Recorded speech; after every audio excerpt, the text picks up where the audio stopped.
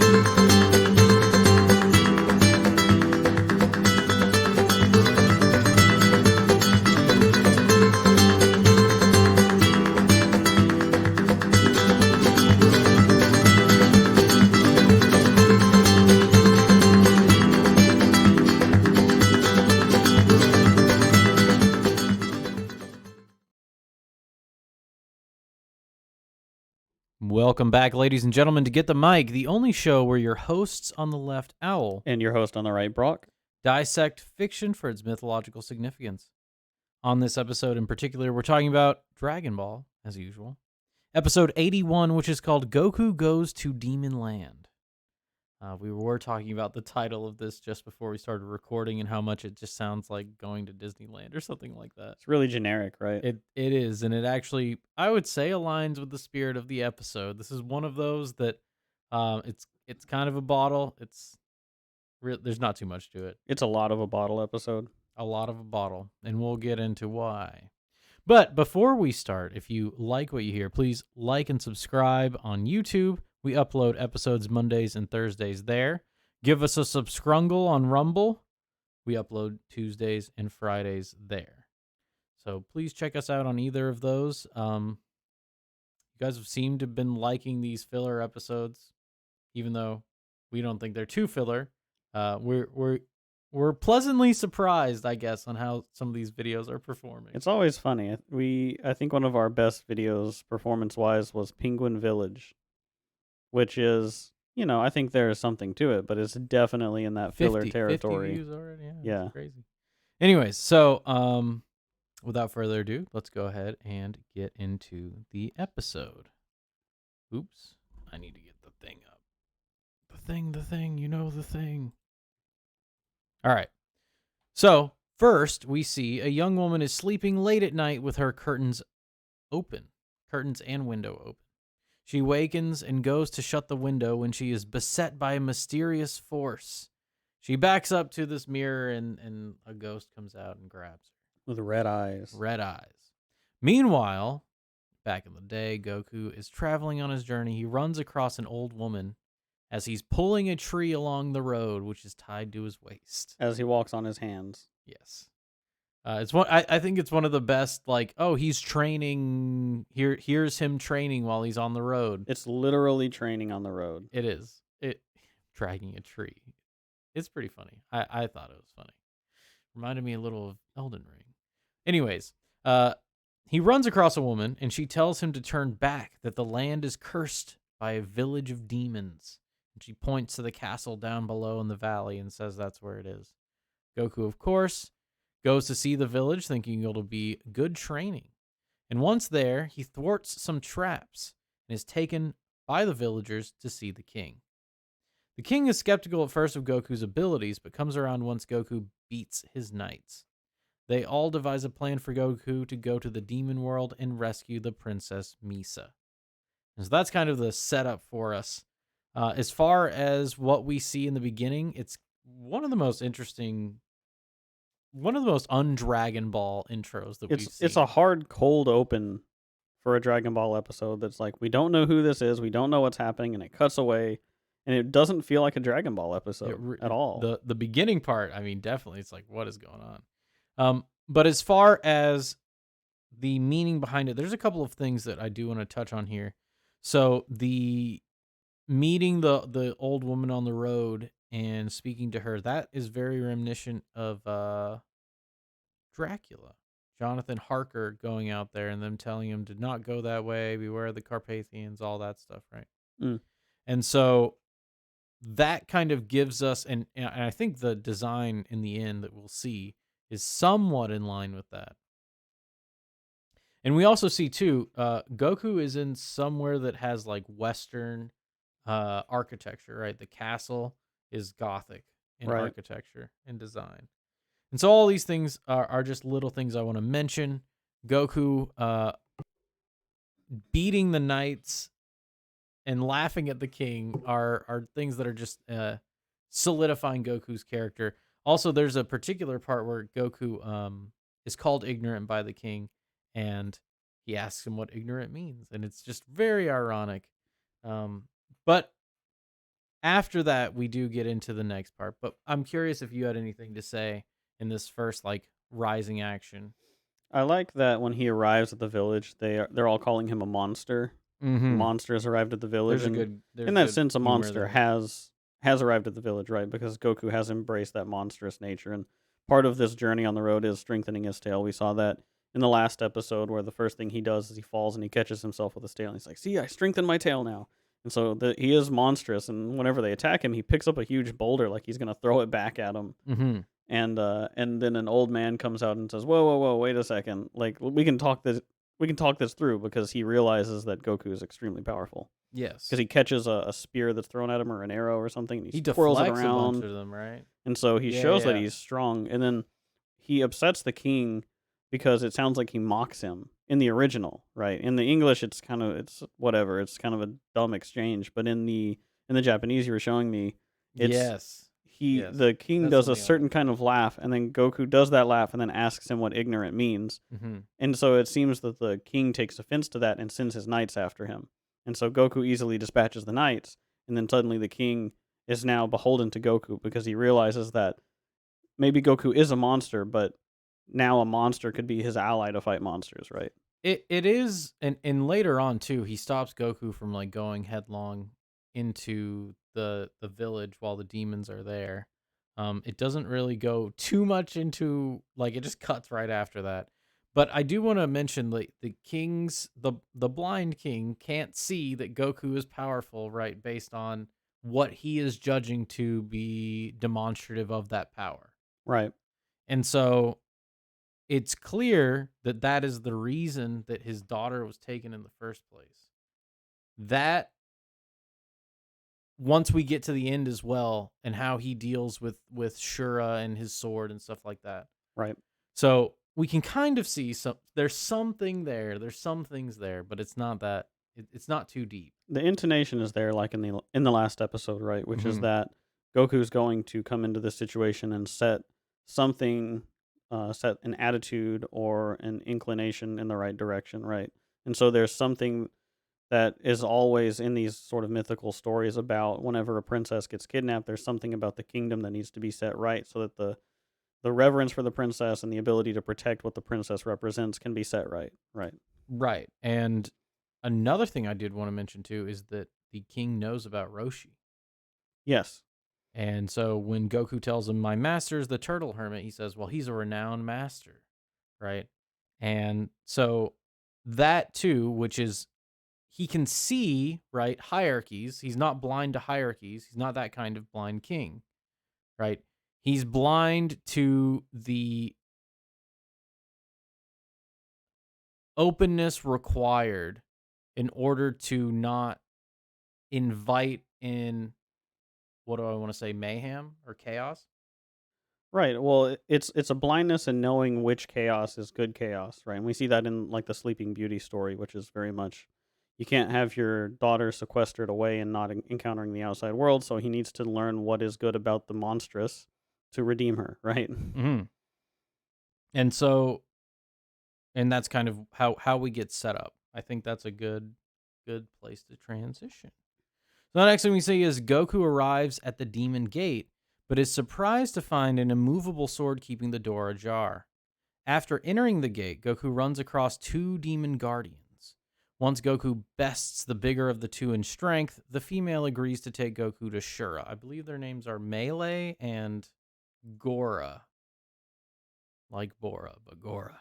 Goro. And his sorry, I missed that part. Once Goku bests the bigger of the two in strength, yeah, I said that. The female agrees to take him to Shura, the demon leader. Shura is having a demonic festival to mark his wedding to Princess Misa. And this is what will happen, right? Um, and I like the analogy too that you're making with the Sleeping Beauty because he looks like King Stefan. Right. Not to say he is King Stefan, but it's that idea, right? That shutting oneself off from all that is chaotic will inevitably, and especially shutting off a child's ability to connect with that chaos and be in the zone of proximal development that Goku's always searching for. Denying that will what in Sleeping Beauty she wants to be unconscious because of that knowledge, right? Here it's and I think this is more of the idea that rebellion, right? It's not that she's trying to be there, but it's almost like the rebel. And what I mean is the Well, I rebellion think the proof of is being. in two things that were shown that we kind of take for granted. And the first one is that when we see the castle, it is raised up on sort of a plateau separate from the forest, right? And so it's separate from the surrounding chaos. The second thing we see is that what leads her here is her own shadow, right? It is the shadow of that she sees in the That's what I was mirror. getting at. Yeah, Yeah, yeah. That she's that the what do I want to say? The rebellion of being, meaning that this is kind of that karmic idea, right? That he's going so far in order that it's going to snap back into exactly. chaos, and she's taken by her shadow to be married to the lord, a lord of darkness, right? To be married to the chaos, to become an embodiment of chaos. That's what I was getting at. Yeah, I think so. The and be married to the negative aspects of chaos, not just chaos, because chaos can be a positive force. But this is without being able to differentiate. She will be married to the negative aspects of chaos inevitably, right? Mm-hmm. Left to her own devices without proper mitigation of the exposure to chaos, right? Yes. And so that's what happens. Now, I do want to mention a couple things. Goku does try to move the sword, but he's unable to move the sword. And the king tells him that it's immovable, right? And that, Because the Demon King has put a curse on it. yes. And also earlier, the king keeps talking about how it's impossible to do this. It's impossible to do this, right? And it's because he's not open to the idea, and that goes along with that openness, right? That comes with not being blind. Um, he's not open to the idea that Shura can even be defeated, right? He's saying that no one's defeated him. Every person we've sent never returned. Whatever. I mean, that's the irony, right, of overprotecting someone in that sense is you're saying that the existence of this negative chaotic force is something that can be overcome and that can be exposed to, right? Which That no one I could would shut the say, door on it. which is one of those things I would say, if adopted, weakens the human spirit. Right. It keeps you out of that zone of proximal development, right? And it makes you become weaker. Hmm. And so, he's unable, and even though Goku's unable to move the sword, and this is something that I do want to touch on because I'm curious what you have to say about it. He's unable to move the sword here, but we do learn about the curse that's on it, and if Shura is defeated, how he'll be able to move it. Right now, later on, we get some evidence that that's not necessarily the case, but we're gonna get into it. It's interesting. Yeah, I don't want to talk about it just yet. Yeah. I want to talk about it in 3, and we will mention it again, and we need to do our addendum sometime. but we'll get to it. So, the two demons that are in there, they decide to help Goku, right? Now, the Melee is her name, is the female demon, and she's the one that's really pushing to help Goku, right? It seems like she has some vendetta against Shura. It's one thing I want to point out about these two is they're sort of the gatekeepers of the passage between the demon world and the human world. Yes. So they ask Goku for if A he's got a permission pass or from the Demon Lord. right, and they're formal about it, and so they don't just attack him outright. The permit, he needs a permit to pass between the two worlds, right? And whenever Goku resists them, they don't attack him, but he grabs his spear and pushes him back, right? She sees his strength and is immediately like, "Well, hang on, I want to deal with you." And I think it's interesting because they are sort of this balancing gatekeeper pair of like, Ornstein and Smo. yeah, in a sense, they're small and large, masculine, feminine, but they're not malicious, right? Yeah. Well, they're more, yeah, and I see what you mean by the Guardians thing. But they also have they are demons, so they have mischief about them, Right. right? Mischief is in their nature, and I think too we get a little intonation of this during the wedding scene itself. But right now we see that Melee is the one that wants to take Goku. And we'll continue talking about how that transpires.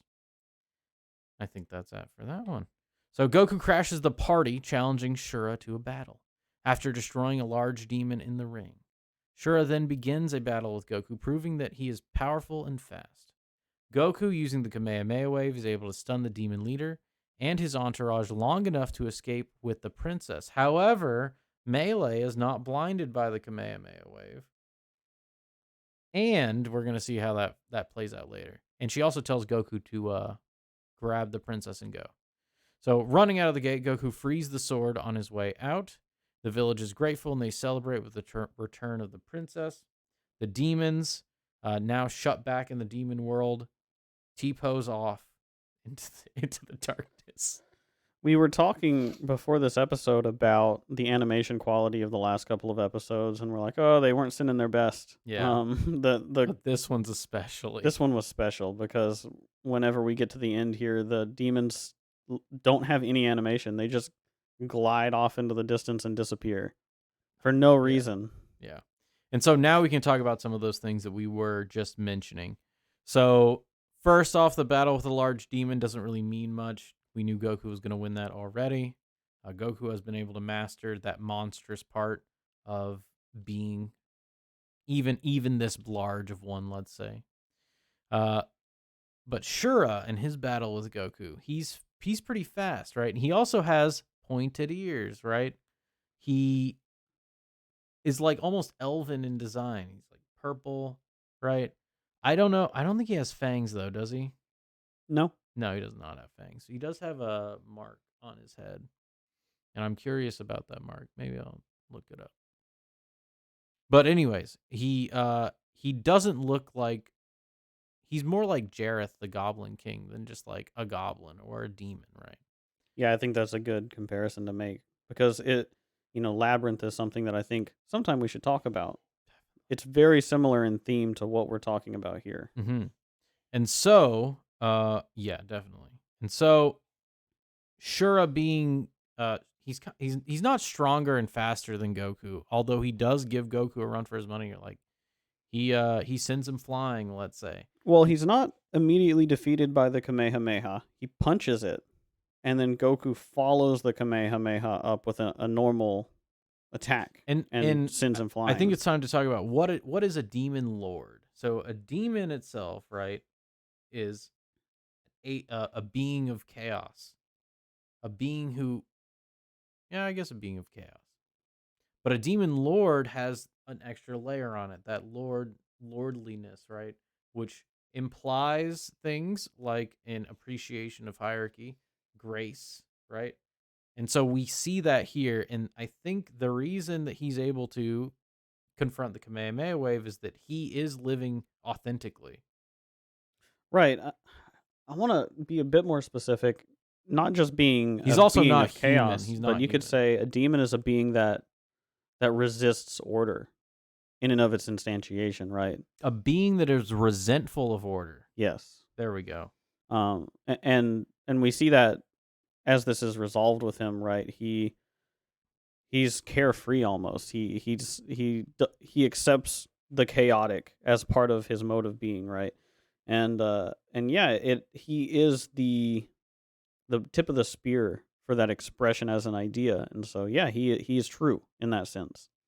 And that's why he's not bested by the Kamehameha. And he's also not human, particularly, which would mean that the mythical spirits that exist that embody these ideas aren't dual in the same way that the individual or the self is a dual being, right? Of chaos and order. Just want to make that clear. Right. Not dualistic, Yes. non-dualistic, you can say. Yes. And so, Goku does stun him long enough to get out of there with the Kamehameha wave, and it's because of the light, right, which is that order.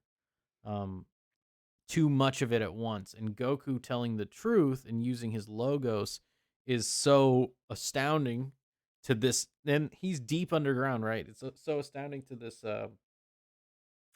hive of darkness, let's say, that he's able to escape with the princess.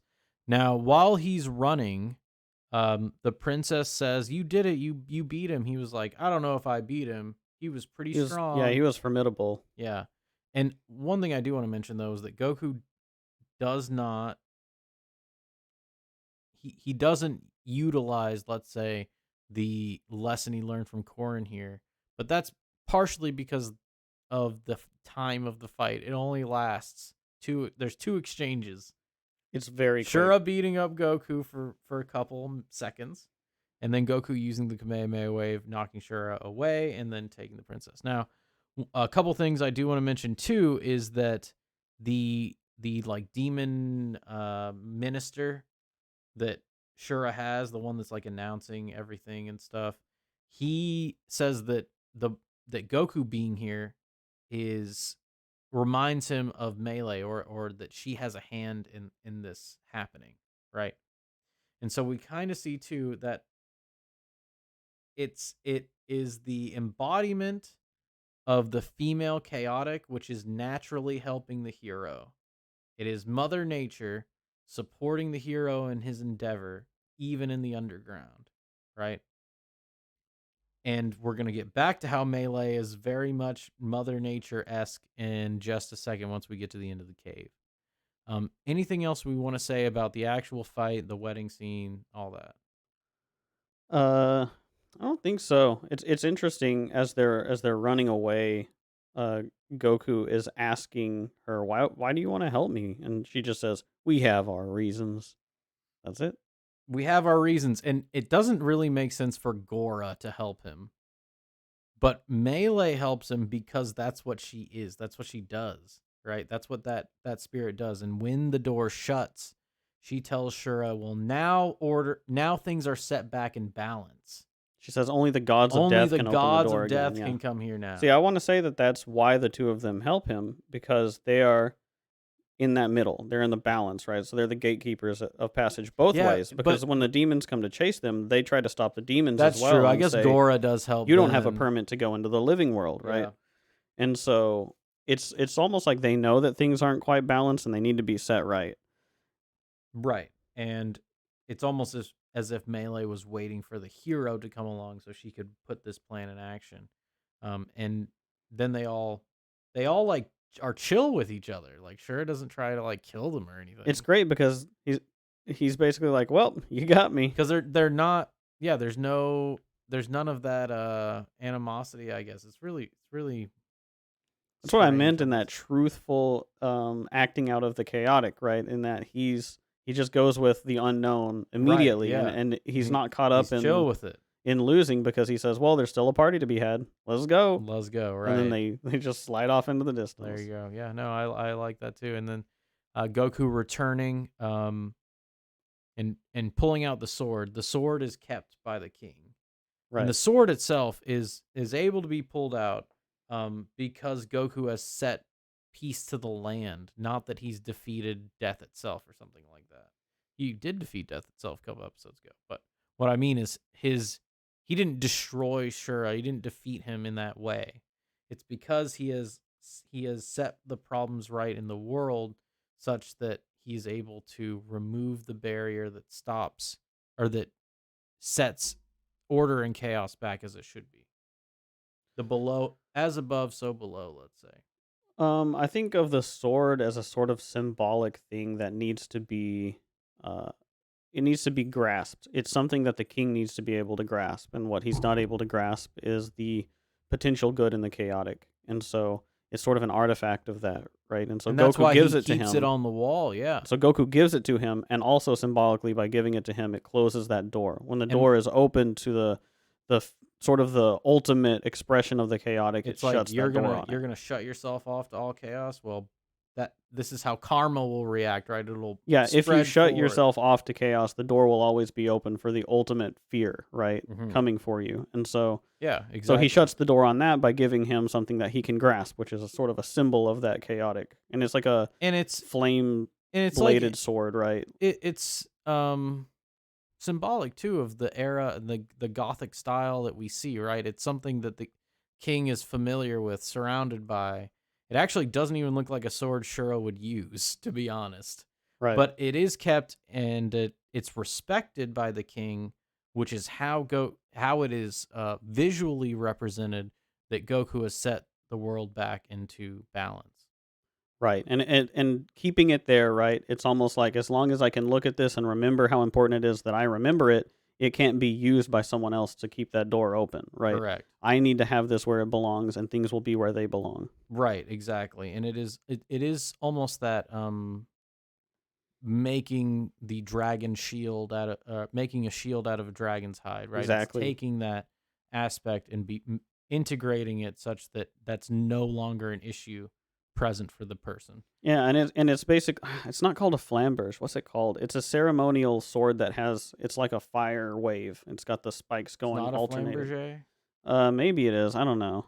It. Whenever I look at that, I'm always just seeing wavy swords. Oh, I see. But You're trying to find the spikes, yeah. but Okay. it is a. It's a like the Marion ceremonial blade and Yeah. yeah.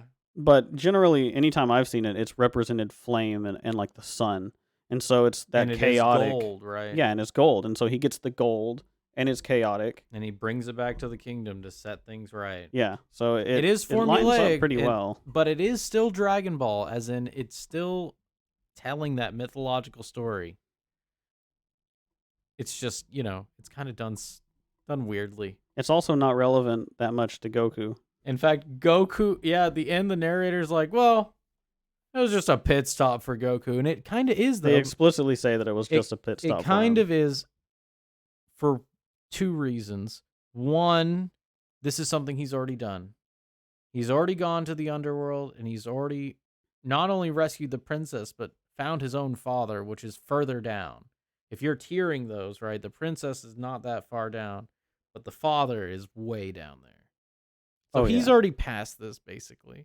And the other thing is he has achieved his goal.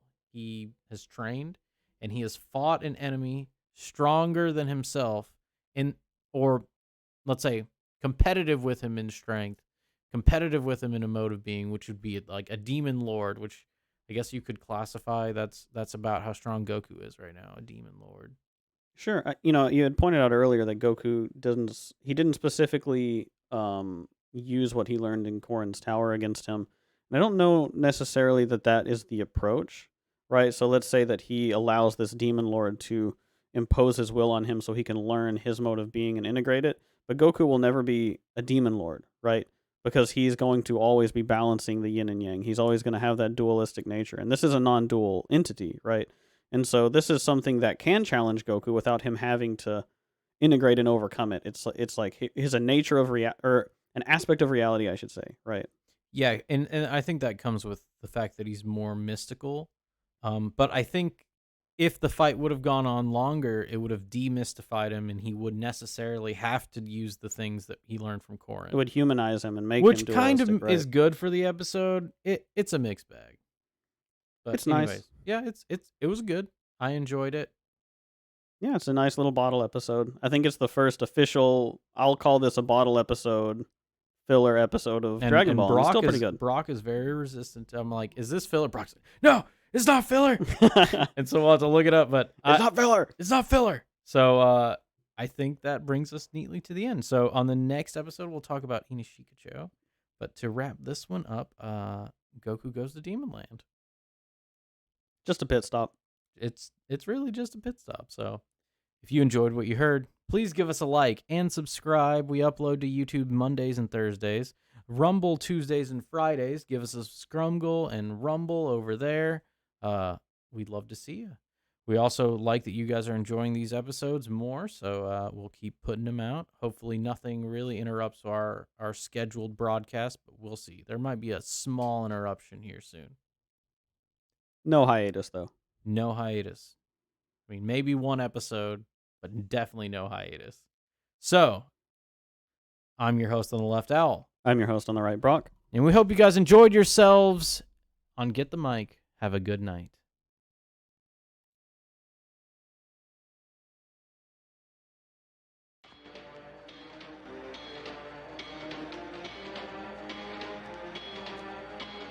I'll never forget the day he showed up.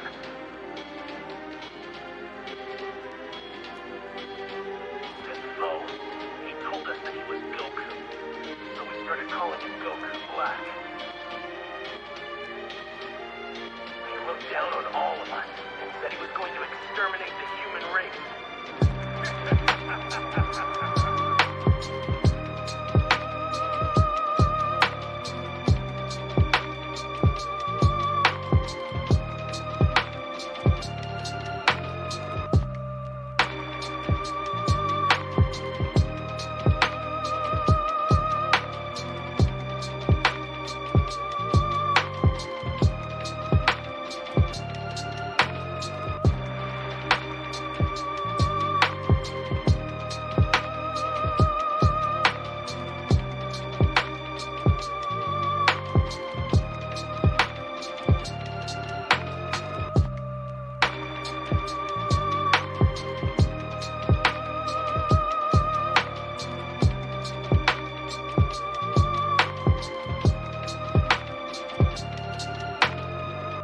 I have not only mastered Goku's powers, I have made them my own.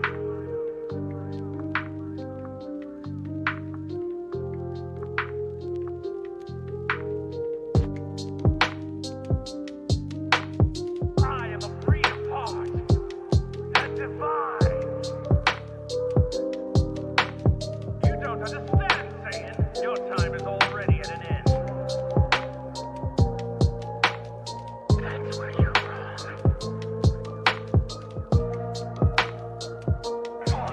Tried to do is save people from walking nightmares like you!